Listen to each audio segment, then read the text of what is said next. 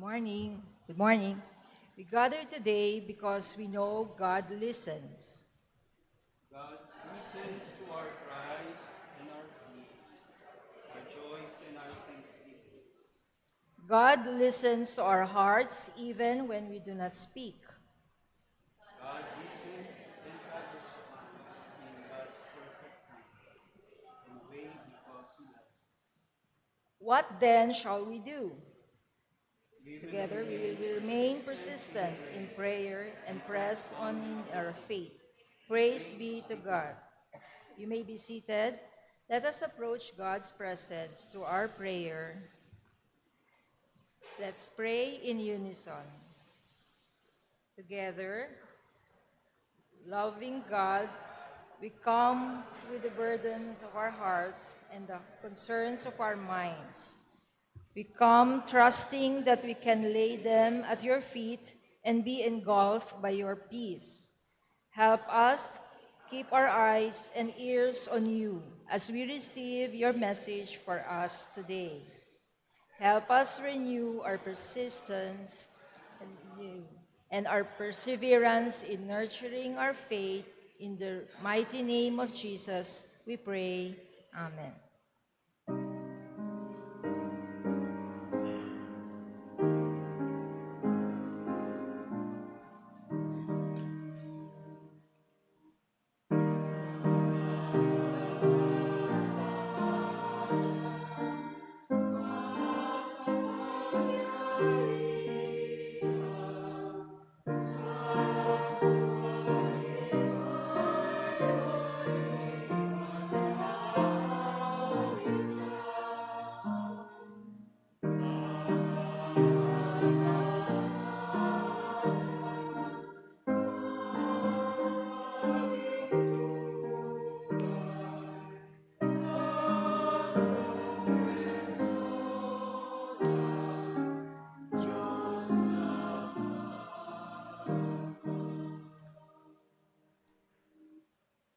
For our call to confession, we say we have no sin. We deceive ourselves, and the truth is not in us. 1 John chapter 1 verse 8. Let us humbly confess our sins to God and trust that his grace is enough to forgive us. Let us pray in unison. Together, Almighty God, we confess we have sinned against you. Even when we knew how much you love us, we hesitated to voice out our hearts to you. Even when we knew you would listen, we held ourselves back from repeating the same prayer. Even when we knew that you would never leave us nor forsake us, there were times when we wanted to give up in the face of struggles. Forgive our lack of trust. Forgive our lack of persistence.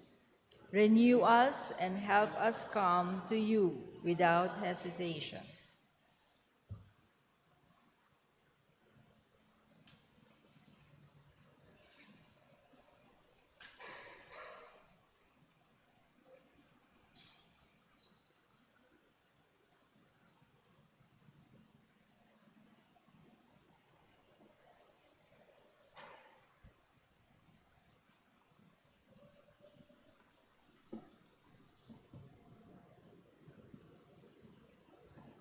God does not withhold forgiveness and renewal to those who are repentant and sincerely ask to be made new. Rise up, children of God, you are forgiven.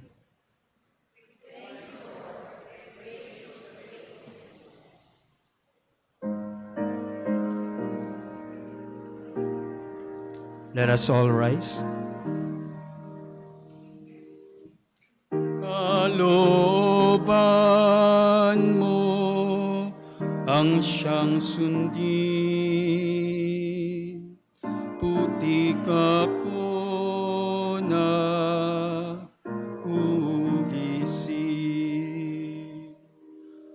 Ayon sa ibig mo ay gawin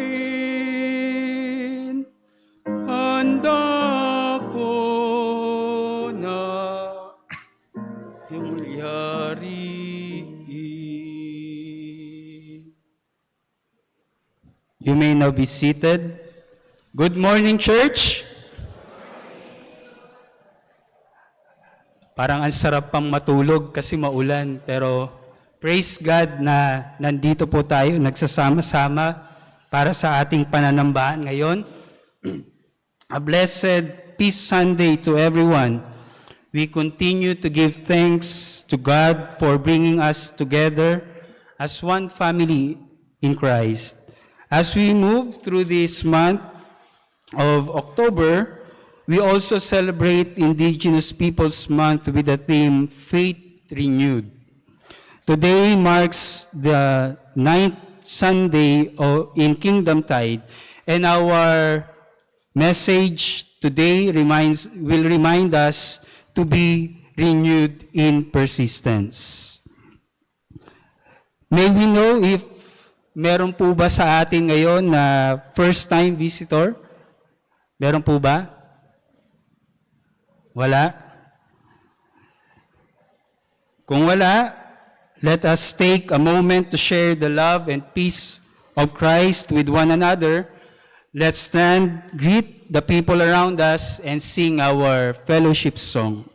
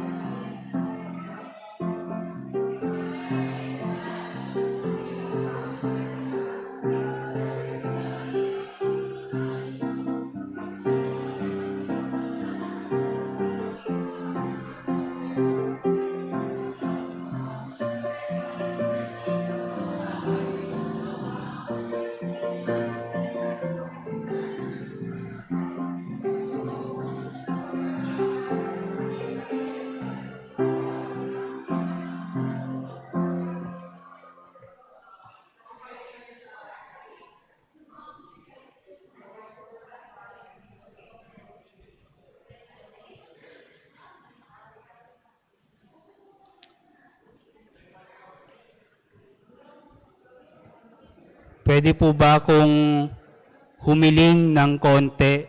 Since konti lang naman po tayo pa ngayon, can I request po yung mga nasa likuran kung pwedeng mag-move forward ng konti para hindi naman po tayo magsisiksikan mamaya doon sa harap. Marami pa pong upuan dito sa ating harapan, mga kapatid.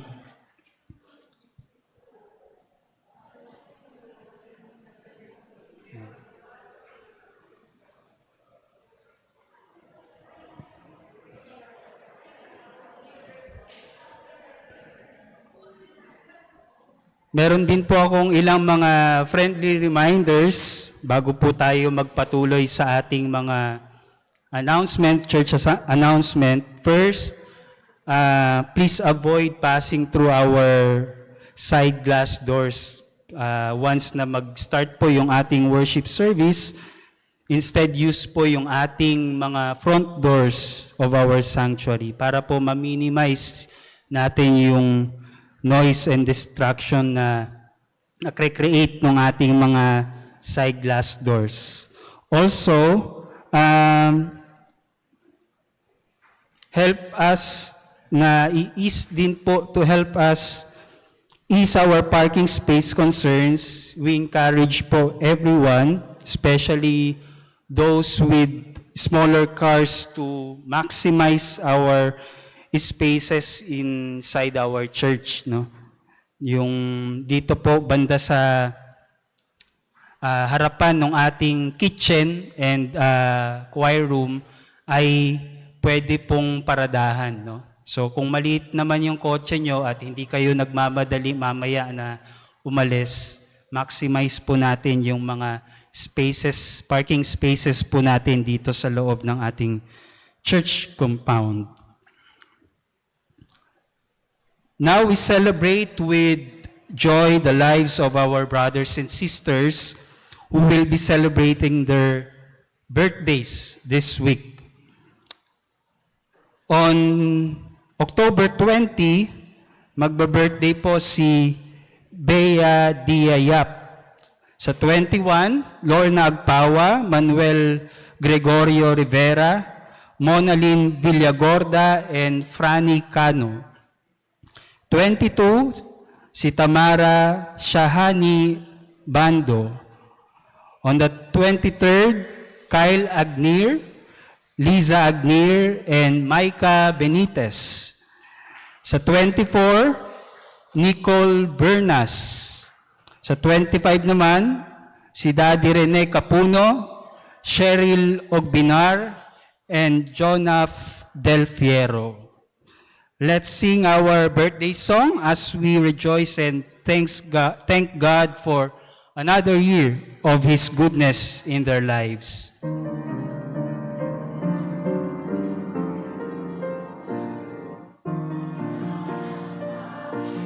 Sa iyong araw, maligayang bati sa iyong pagsilang, sumainyo nawa ang ligayang tunay, kahit manawari lumawig ang buhay, kahit manati maligayang araw, maligayang bati sa iyong pagsilang, sumainyo nawa ang manawari ang buhay, kahit manawari lumawig ang buhay.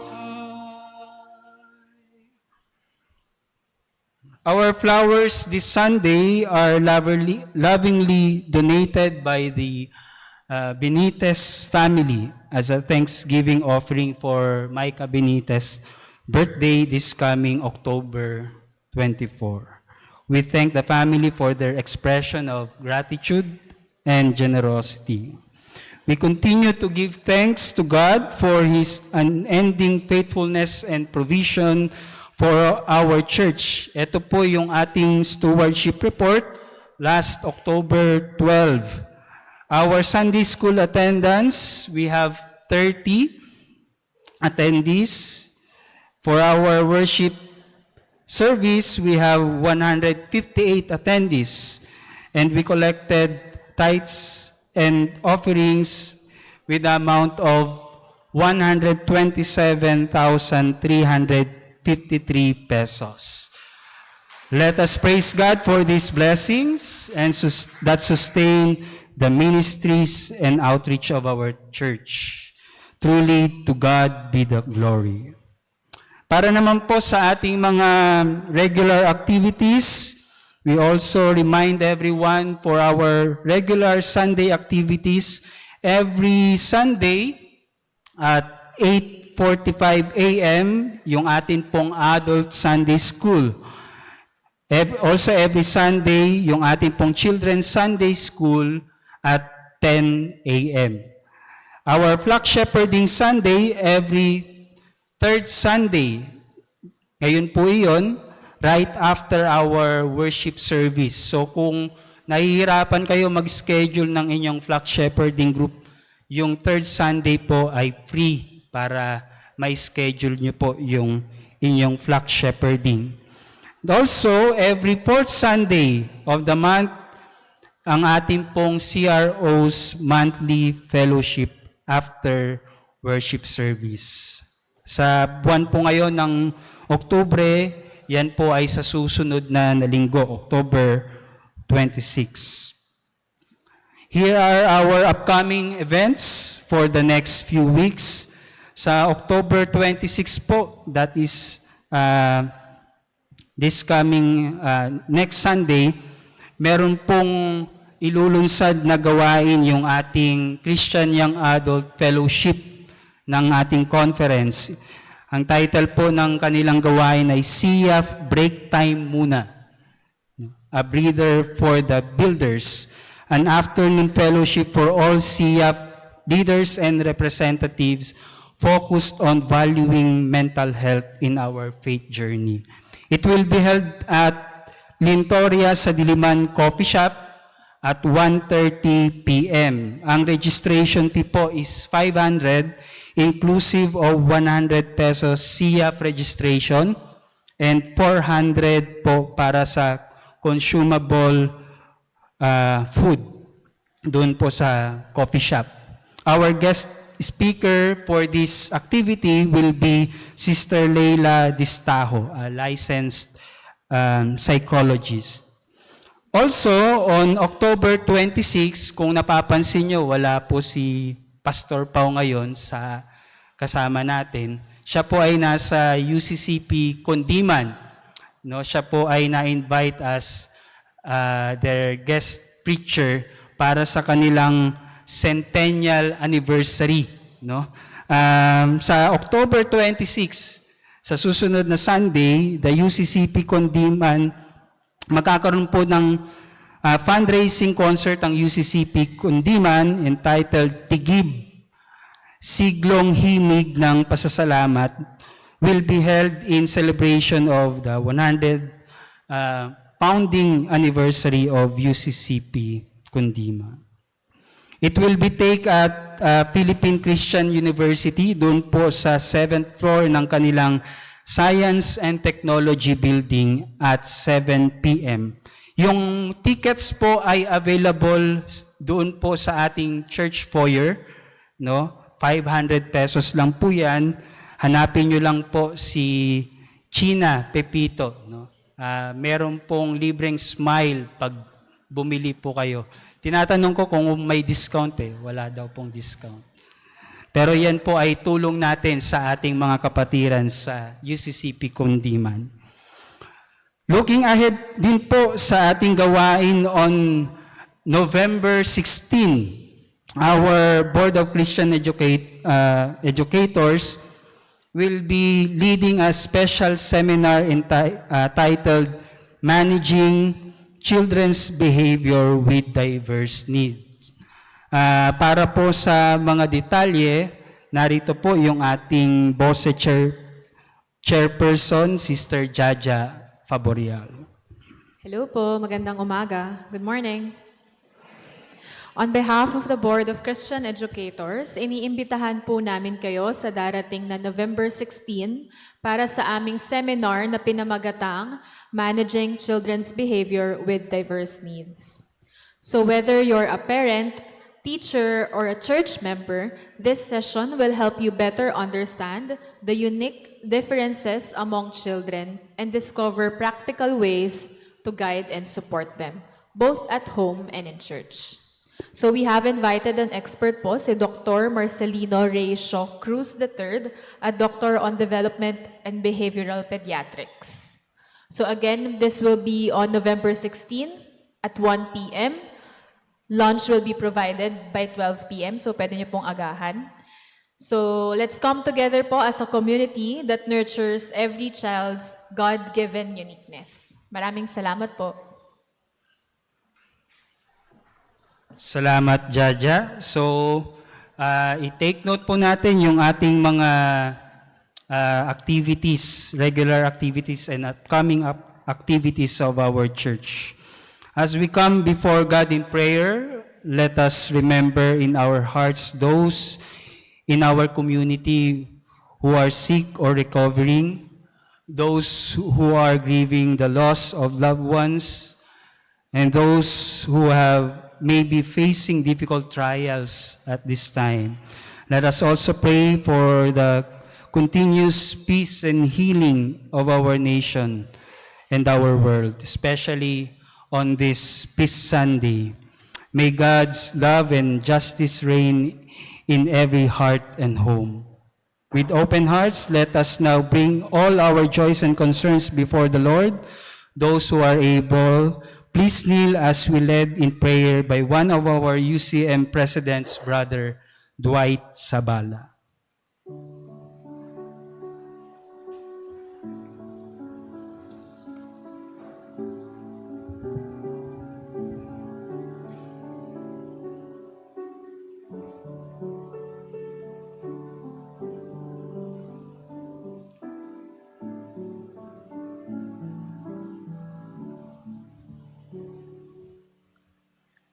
Let us pray. Thank you, Lord, that you come to us and wrestle with us. You represent many things when you wrestle with us. You show us the people we have betrayed. You show us the people we have cheated. You show us the people we have colonized. You show us the people we have damaged. You show us the people we have killed. You show us the people we have oppressed. Thank you that we don't let go of you, even if meeting you is so painful with our sins. Thank you for meeting us with so much pain. Thank you that this pain makes us ask for more blessings from you. Thank you, Lord, when you bless us, you change our names, you change our hearts. Thank you for making us pray unceasingly. Thank you that our faith is also about willingness to persist in prayer.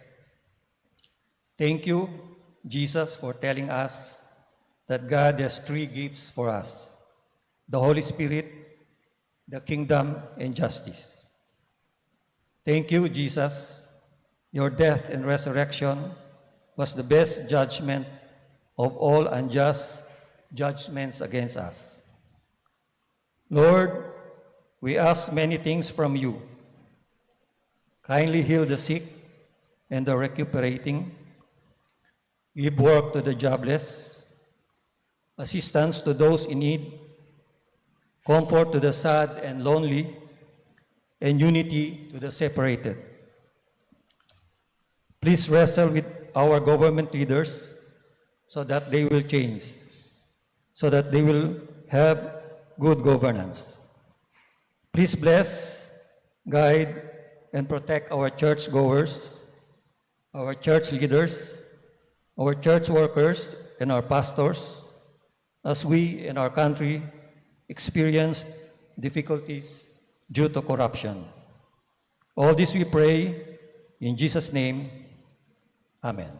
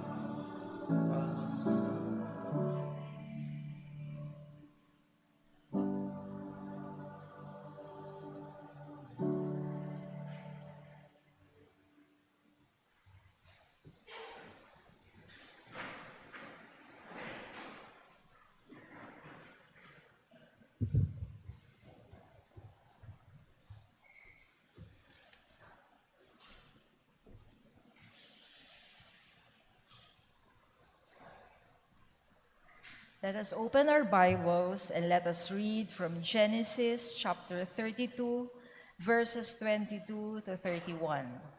Let's read the passage responsively. The last verse will be read together.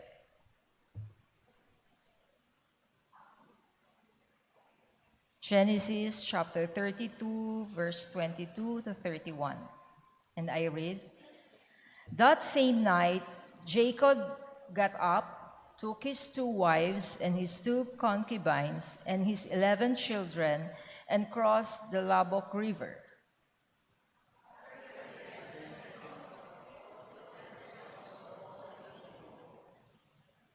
But he stayed behind alone.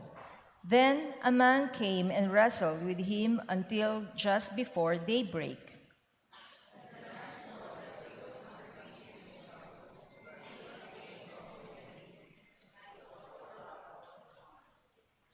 The man said, 'Let me go. Daylight is coming. I won't unless you bless me,' Jacob answered.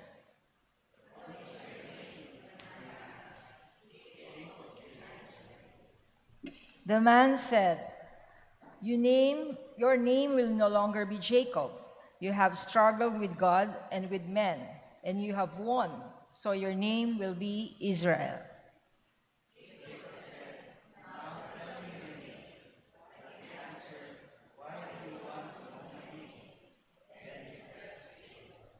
Together, Jacob said, 'I have seen God face to face, and I am still alive.'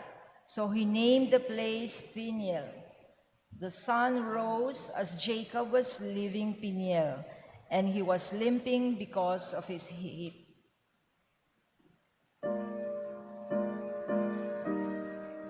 Let us all stand for our song response.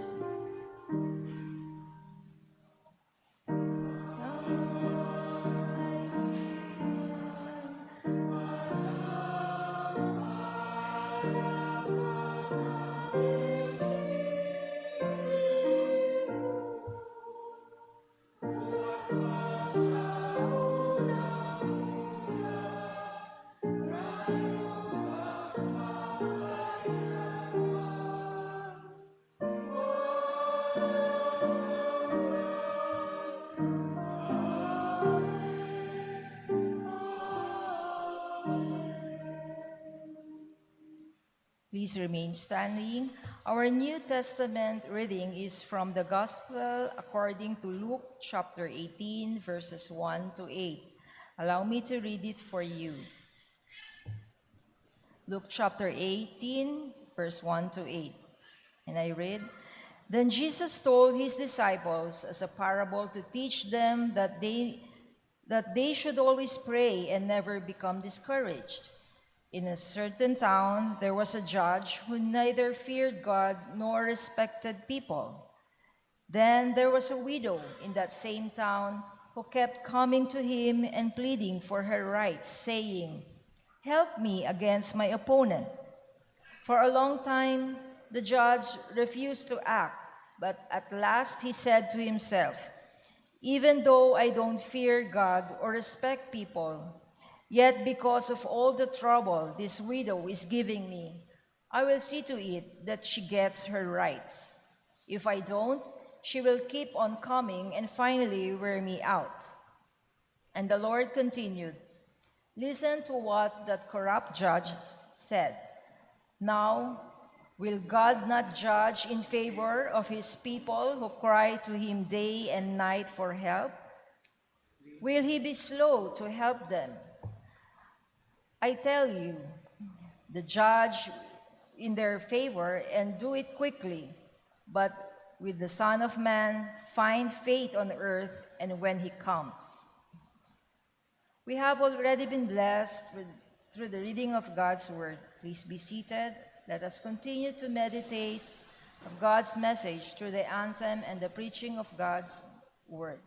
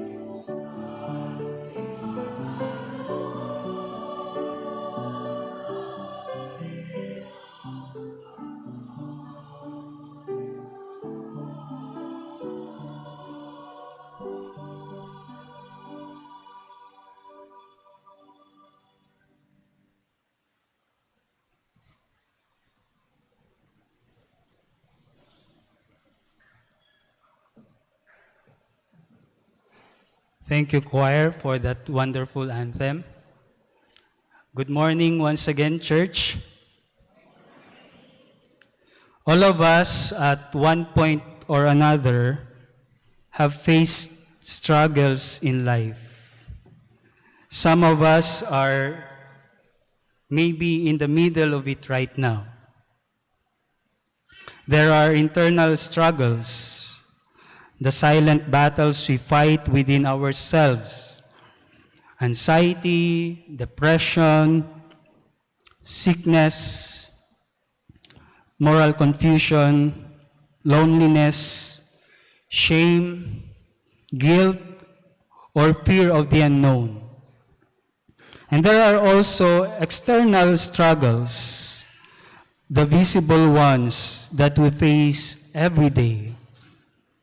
Traffic that tests our patience, the rising cost of living, corruption that mocks injustice, poverty, mis and disinformation that twists truth, the destruction of our environment, and the moral decay that corrodes our society.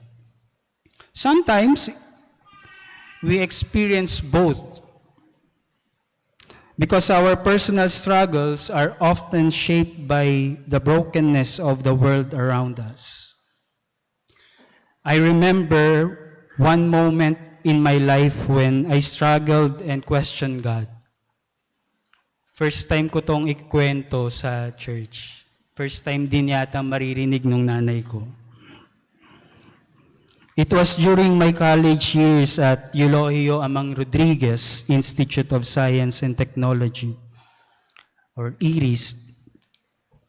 I was studying that time Bachelor of Science in Architecture.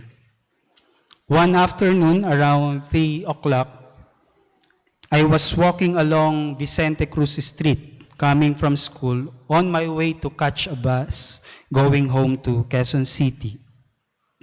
Lutang, sabog, walang sigla. Hindi po ako nakadroga. Sadyang napakabigat lamang nung pinagdadaanan ko nung panahon na iyon. Yung feeling na hindi ko na alam ang gagawin ko pa sa aking buhay. Katatapos lang kasi nung time na yon ng aming final exam sa 2 major subjects. At malakas yung pakiramdam ko na babaksak na naman ako. Kasi bumaksak na ako dati. Pero puro alanganin kasi yung sagot ko sa exam ko na yun. I realized then that college life was harder than I expected. Far from the colorful life of high school. Para akong nakaranas ng culture shock. Halos lahat parang bago sa akin. Kung dati, nung high school, kahit papetiks-petiks, nakakapasa naman, maayos pa din naman yung grades. Nung time na yon, hindi na. Hindi ka na patatawarin ng mga professor sa architecture.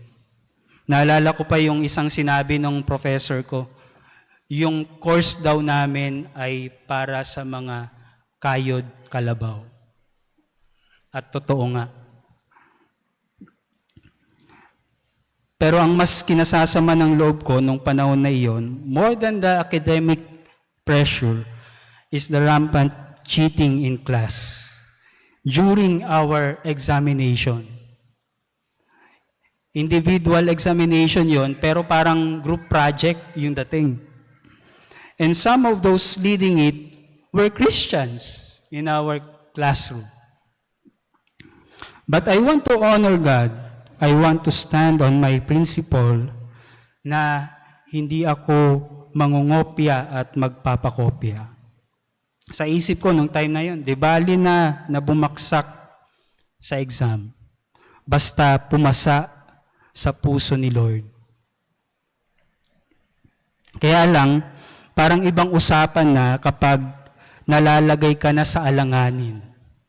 Pag uwi ng bahay, dumiretso ako sa kwarto, humiga, at inihinga ko yung lahat ng sama ng loob ko.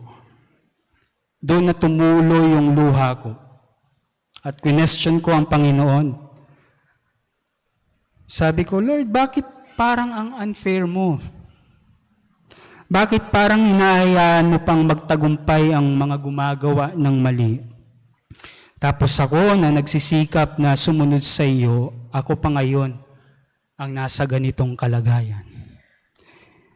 And it is precisely on those moments that the Scripture reminds us of this truth. God sees, God hears, God meets us in our struggle.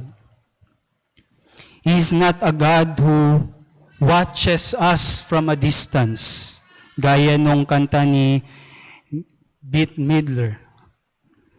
He is Emmanuel.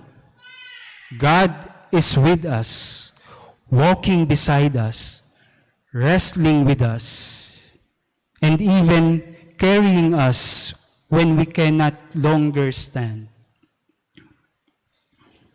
Jacob's story is a story of lifelong struggle.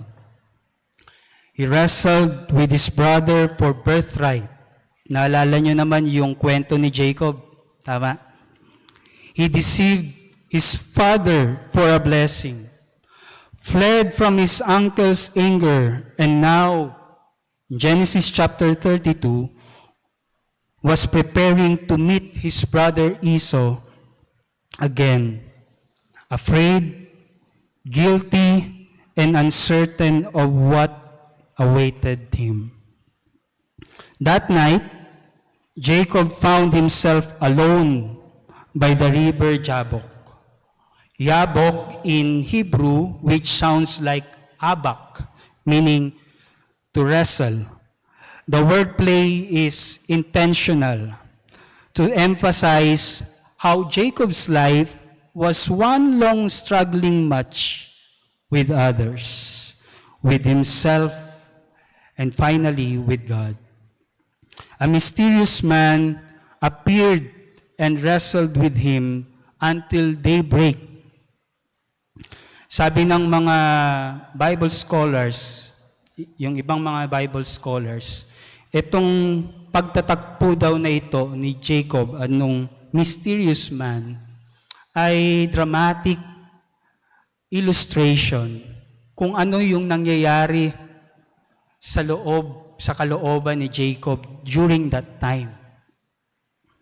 When the man saw that he could not overpower Jacob, he touched his hip and dislocated it. Yet Jacob refused to let go, saying, "I will not let you go unless you bless me."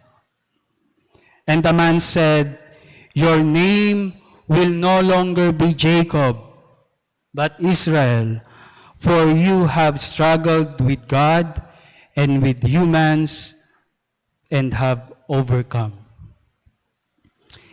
Jacob limped away, injured yet blessed, broken yet transformed.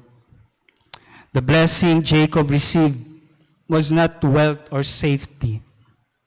It was a new identity that God met him not in perfection, but in his struggle.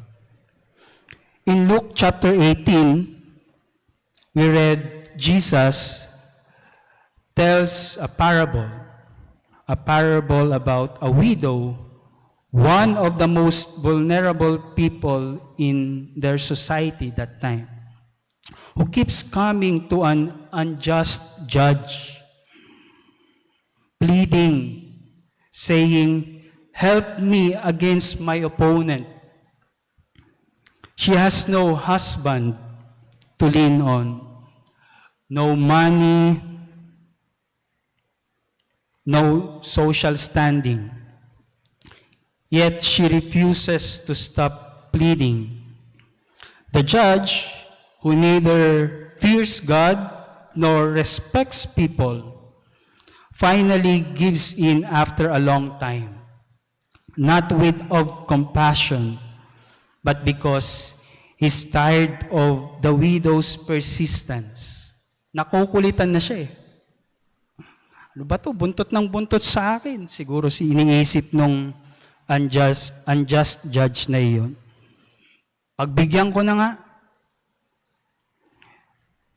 And Jesus says, now, will God not judge in favor of His own people who cry to Him day and night for help? Will He be slow to help them? I tell you, He will judge in their favor and do it quickly. I like how the New Century Version translated it. Pwede po ba natin basahin sabay-sabay? 1, 2, 3, go. God will always give what is right to His people who cry to Him night and day, and He will not be slow to answer them. I tell you, God will help His people quickly. At first glance, it looks like a parable about prayer. But it's more than that. It's about faith that perseveres in a world where justice is often delayed.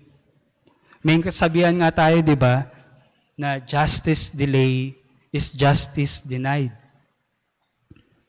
Pero hindi ganun ang Diyos. Our God is not like that. Just like Jacob's wrestling was personal, the widow's persistence was social. Together, they show us the two phases of human struggle: internal and external, interpersonal and social. And in both stories, God is not absent. God is right there, listening, engaging, and struggling alongside them. But often our struggles are made heavier by the way we misunderstand God. Marami tayong mga misconception about God. Pag tayo ay humaharap sa mga matitinding pagsubok, and we're trying to understand nasaan ng Diyos sa ating kalagitnaan. Bakit ito nangyayari sa akin? Let me name a few common misconceptions. Number 1,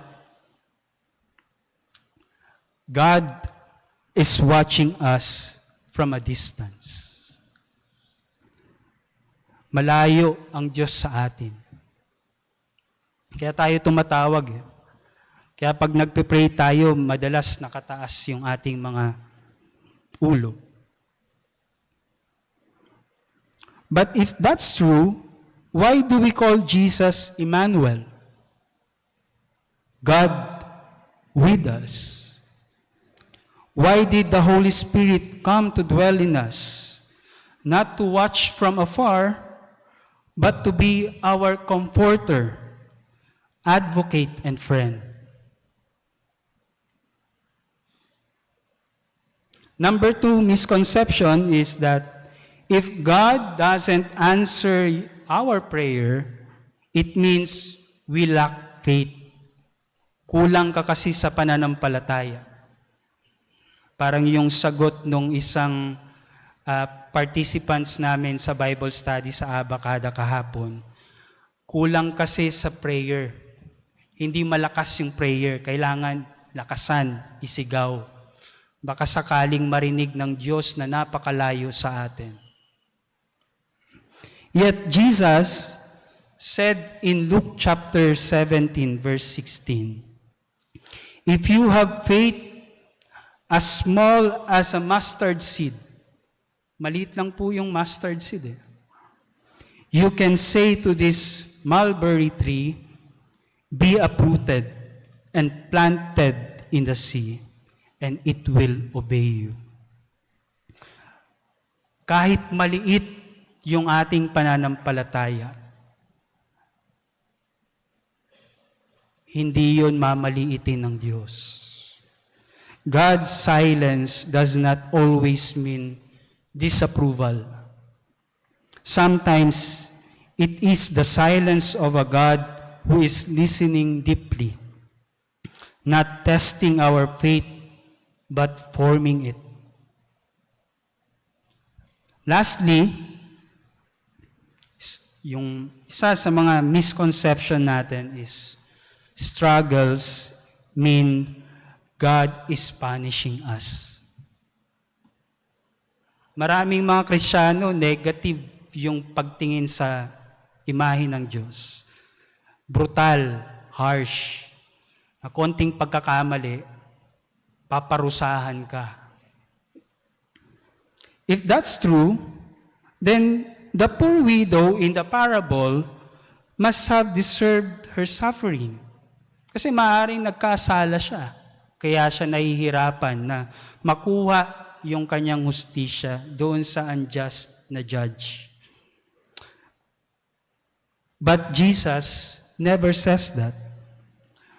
The Bible says, the Lord is close to the brokenhearted and saves those who are crushed in spirit. Psalm chapter 34, verse 18. Our struggles are not punishments. They are often invitations, sacred moments where God draws near. Sometimes we project our own fears and biases onto God. We read the parables and assume that the corrupt masters, the unmerciful kings, and this unjust judge represent God. But in truth, Jesus used those images to contrast them with the loving, merciful, and just God He revealed. God is not like the unjust judge. God is the one who hears the widow's cry. When we misinterpret who God is, we lose sight of His compassion. But when we remember that God is with us, we find new strength to persevere. Going back to my personal story of struggle, habang nakahiga ako noon, nagtalukbong ako ng unan sa muka kasi ayokong makita nung sino man sa bahay. Pag pumasok sa kwarto, umiiyak ako. Damang-dama ko noon yung bigat sa aking dibdib dahil sa sama ng loob. Then suddenly, I heard a familiar melody. One of my favorite songs by Sugar Free. Kung familiar po sa inyo yung OPM band na Sugar Free. The first verse struck me already, which goes like this.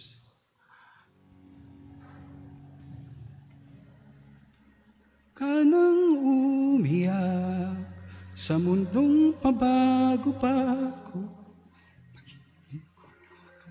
totoo, ako ang iyong bangka. Kung magalit man ang araw at panahon, sabay tayong aahon.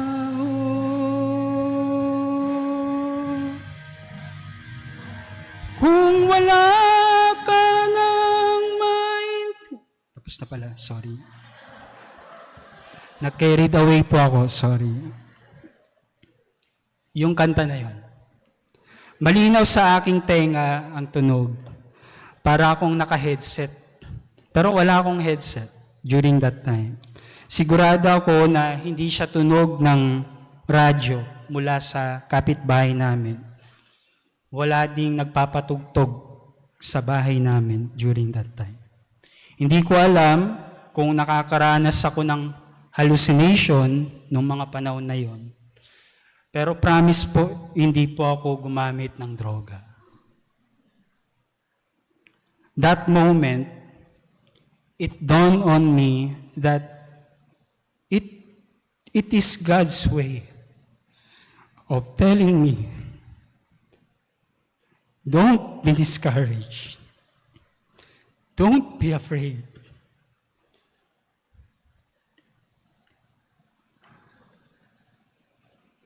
For I am with you. I will never leave you, nor forsake you. Mas lalong bumuhos tuloy yung aking luha. Noong mga panahon na yon. Pero, ramdam ko yung kagaanan na sa aking puso.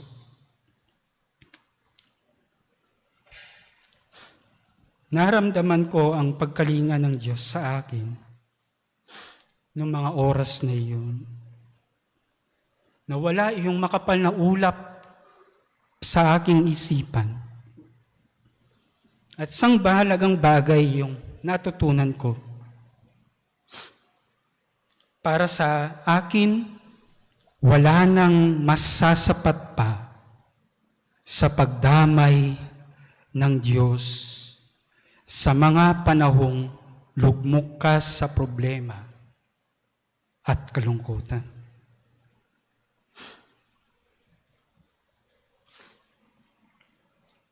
Hindi man nasolusyonan agad yung aking problema. Actually, hindi ako nakapasa nun. Bumagsak talaga ako. Panatag ako sa katotohanang hindi ako nag-iisa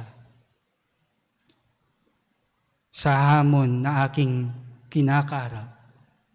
Dahil mayroong Diyos na dumadamay at sumasama sa akin. Brothers and sisters, here's the truth. Faith is not about escaping challenges. It is about meeting God in the midst of them. Prayer is not a demand for quick results, but a way of holding on to God even when the challenges feels long.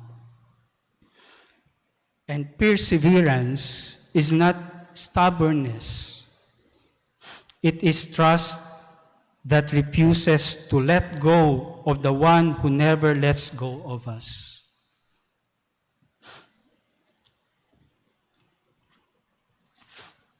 Jacob's limp became his testimony, a reminder that real encounters with God change us. The widow's persistence became her victory. Proof that justice may be delayed, but never denied by God who hears. And for us, our struggles, whether it is personal or collective, can also become sacred ground because it is there in the struggling that God forms us, strengthens us, and blesses us. So when Jesus asks, when the Son of Man comes, will he find faith on earth? He is not asking if we attend church regularly or say the right prayers. He's asking if we still wrestle, if we still hope, still love, still pray, still stand firm when everything else seems to fall apart. Because real faith, the kind Jesus is looking for, is not the kind that avoids the struggle. It is the kind that perseveres, the one that holds on through it. The question is not whether God is still at work. He is at work. Continue working with us. The real question is, will we keep holding on when the struggle feels too heavy? In a weary world where many are tempted to give up, God calls us to be like Jacob and the widow, to keep wrestling until blessing comes, to keep crying out until justice breaks through, to keep believing until the dawn of God's kingdom rises. We do not pray to an unjust judge. We pray to a God who became human in Jesus Christ, who suffered, wrestled, wept, and died so that we might know we are never alone. And through his resurrection, God declares that the struggle is never the end of the story. So if you are struggling today, don't give up. Sabihin nyo nga po sa katabi nyo, kapatid, don't give up.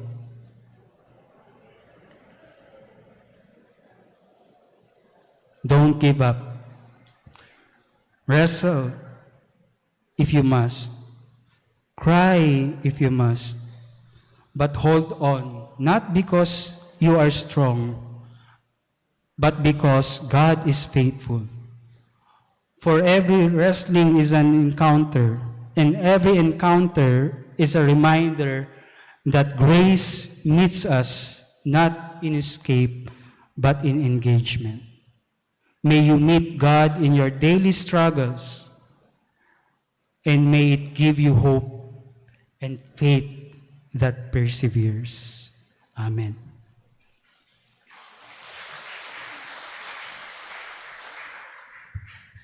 Thank you, Pastor Melvin, for that encouraging and inspiring message. We will never give up. For a call to offertory, God's mercies are new every morning, and His blessings overflow each day. Let us express our gratitude to God for His goodness by offering our gifts to Him in support of our church ministries and mission. You may come forward using the center aisle, forming 2 rows, and bring to the altar your tithes, pledges, and offerings to God, after which you may return to your seats using the side aisles.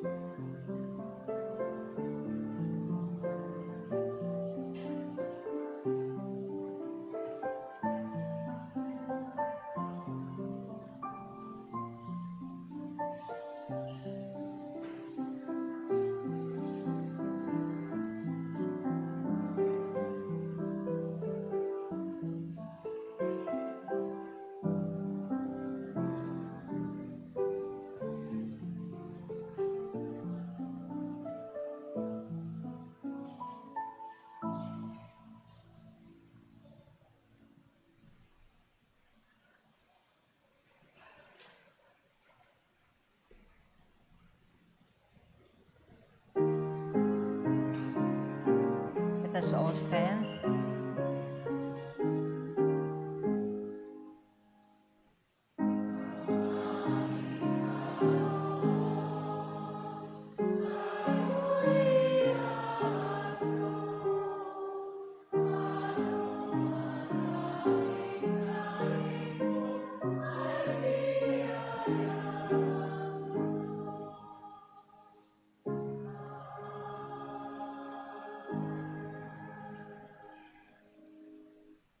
Let us joyfully offer to God the fruit of our hands through our prayer. Let us pray in unison. Together, gracious Lord, we bring before you a portion of our blessings to us. May these be instrumental in nurturing the faith in your church and serving beyond your four walls. Grant each of us joy in giving and fulfillment in living out our faith in you. In Christ's name we pray. Amen.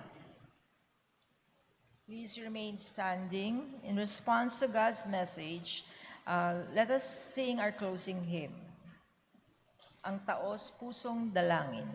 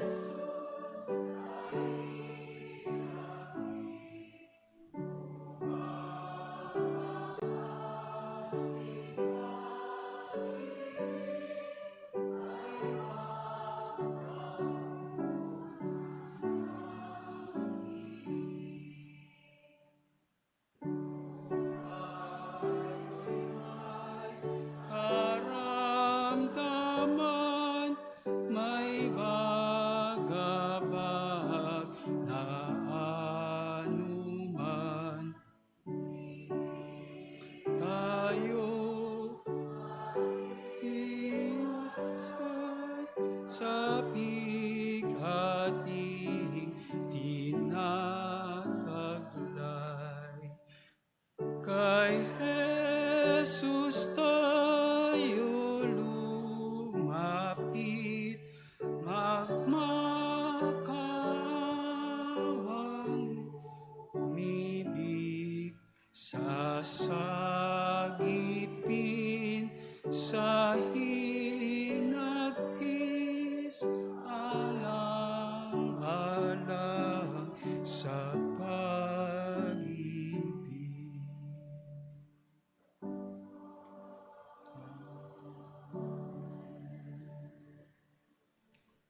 Let us pray. Faithful and loving God, we come before you with hearts that have wrestled, prayed, and hoped.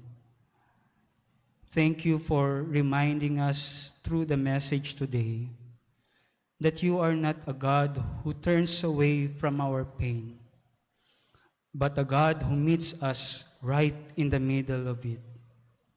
When we are weak, you do not despise us.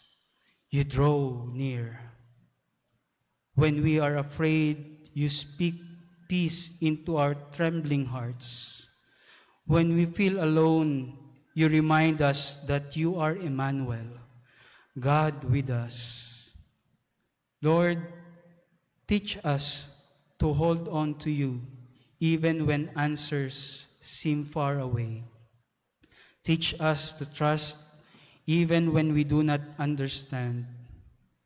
And when the nights of our soul feel long, help us remember that every struggle can become holy ground when we find you in it. For those who came forward today, Lord, we lift them up before you with love and faith. You know the unspoken prayers they carry, the burdens of their hearts, the longings of their souls. To those giving thanks, receive their gratitude with joy. To those seeking healing, comfort, or direction, let your hand rest gently upon them. Renew their strength, restore their hope, and remind them that you have never left their side, not for a single moment. And for all of us, O God, may this worship remind us that the true faith is not the absence of struggle, but the courage to cling to you even when life feels uncertain. Give us hearts that wrestle honestly, hands that pray faithfully, and a spirit that rests securely in your grace. We ask all these things in the name of Jesus Christ, our companion in every struggle, our strength in every weakness, our peace in every storm. Siblings in Christ, go now in peace, and may the God who meets you in your struggle bless you with strength to endure, faith to hold on, and grace to rise again. In the name of the Father, the Son, and the Holy Spirit. Amen.